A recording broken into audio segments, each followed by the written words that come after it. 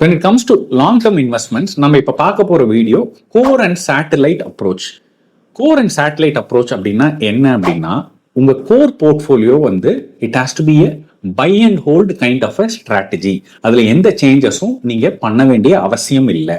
when it comes to satellite kind of investments, எந்த செக்டார்ல எப்ப invest பண்ணணும் அப்படிங்கிறத ஐடென்டிஃபை பண்ணி அந்த சேட்டலைட் போர்ட்ஃபோலியோ நம்ம மார்க்கெட் மொமெண்டத்துக்கு தகுந்த மாதிரி மாத்திக்கிட்டே இருக்கணும்.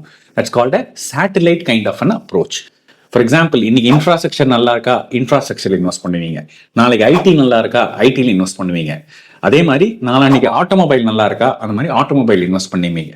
So the point of the matter is, இந்த மாதிரி பண்ணும்போது you will be able to make better return on investment strategically for a person who wanted to be active in his portfolio. அவங்க இந்த மாதிரி ஸ்ட்ராட்டஜியை அடாப்ட் பண்றது makes much more sense. உங்க personal ஃபினான்ஸை பெட்டர் ஆக்கணுமா? Please get in touch with us.